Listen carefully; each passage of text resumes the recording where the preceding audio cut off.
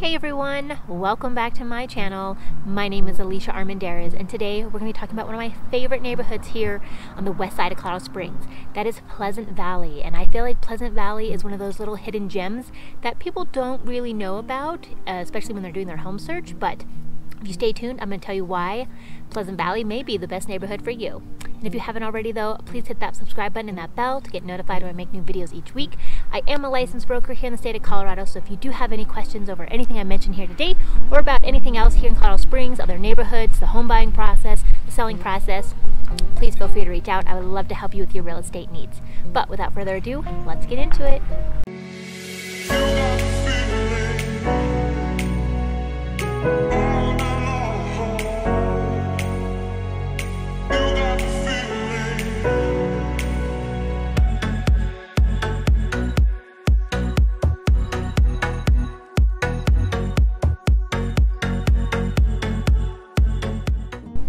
So to begin, Pleasant Valley is on the west side of Colorado Springs. It is just south of Garden of the Gods. Garden of the Gods kind of sits up here in a hill, and Pleasant Valley comes down this way in a valley, nonetheless, and is also near Old Colorado City. It is near Manitou Springs, which is a very quiet, quaint, spiritual community.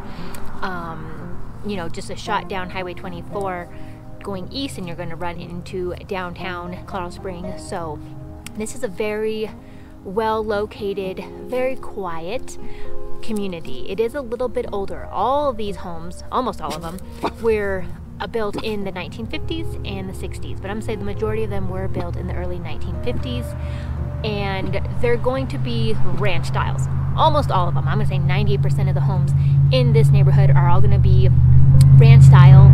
They have no basements. They're going to be on average 3-bedroom, 2-bath, 1-car garage, and going to be around 1,500 square feet of living space to maybe 2,500 square feet of living space. Those newer homes built in the 60s and maybe early 70s are going to have around 2,500 to 3,000 square feet of living.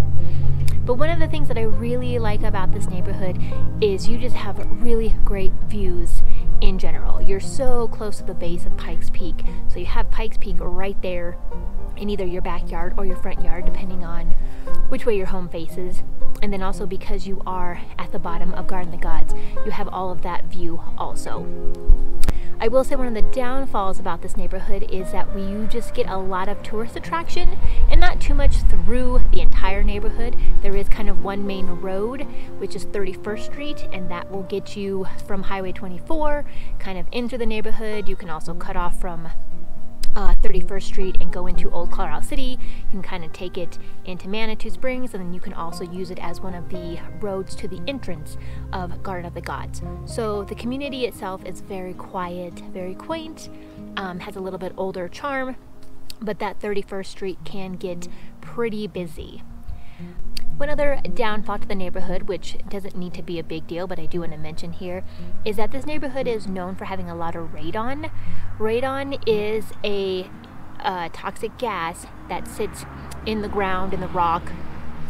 It kind of varies from state to state, but we do have a lot of radon here in Colorado. So it is very popular that when you do get under contract on a home and you do your inspection for that home, you most likely want to have a radon test done to just see if there is any radon in your soil, and if so, how much. The fix for that is not a big fix. It's you just do some radon mitigation, which is a pipe that goes into your basement or ground, comes up outside of the home, and releases the gas that way. Radon mitigation is something that usually as a buyer you can ask the sellers to address, fix, or put money towards, and here in Colorado Springs on average it costs about $1,000, maybe slightly under or slightly more, to install a radon mitigation. Like I said though, that is something that this neighborhood sees a lot of in your inspection and does have a lot of, so you probably want to look into having the home tested for sure, and then depending on the levels, whatever they come back at, asking for radon mitigation or even just installing it yourself. I will say this neighborhood has really good school systems. All these schools, high school, middle school, elementary school, are all in a walking distance. Coronado is going to be your high school that most of your kids attend, And if you do live in Pleasant Valley, you're most likely going to send your kiddos to either District 11, which includes that Coronado, or Manitou District 14, which is just down the road. And Manitou Springs, like I said, that's its own little quaint, quiet, spiritual community, which I can get into in another video. But one of the great things about Pleasant Valley also, not only is it quiet and quaint, it does have Westmoore Park that sits right at the heart and in the middle of the community.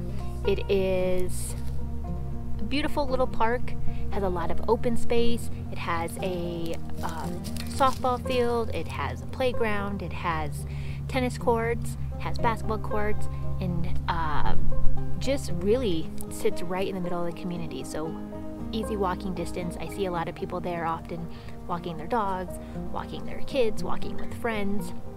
It's just a very communal park that just adds, I feel like, a lot of welcome and warmth to that neighborhood.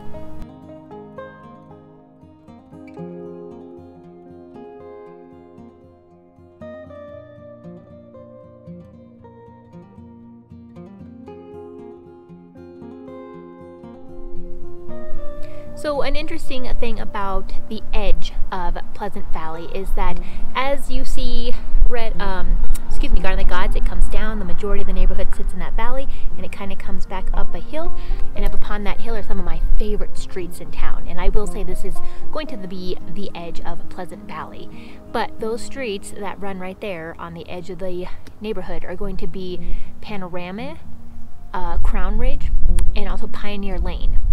And oh my goodness, the views from those streets are phenomenal. They are mostly going to be a little bit newer for the community. They're going to be probably made in built in the 60s and 70s. Maybe a little bit more bedrooms and baths, a little bit bigger square footage. Probably going to be the only like 2 stories or bi-levels in the community. Going to have a 2-car garage. But the views from those homes, if you can get a home on Panorama, Crown Ridge, or Pioneer Lane, you are going to have 360 views of Pikes Peak, Cheyenne Mountain, Manitou Springs, Garden of the Gods. Oh God, just the whole back west side of Colorado Springs. It's pretty phenomenal. Now these homes don't go for sale often because once people had moved into the community, they don't move out.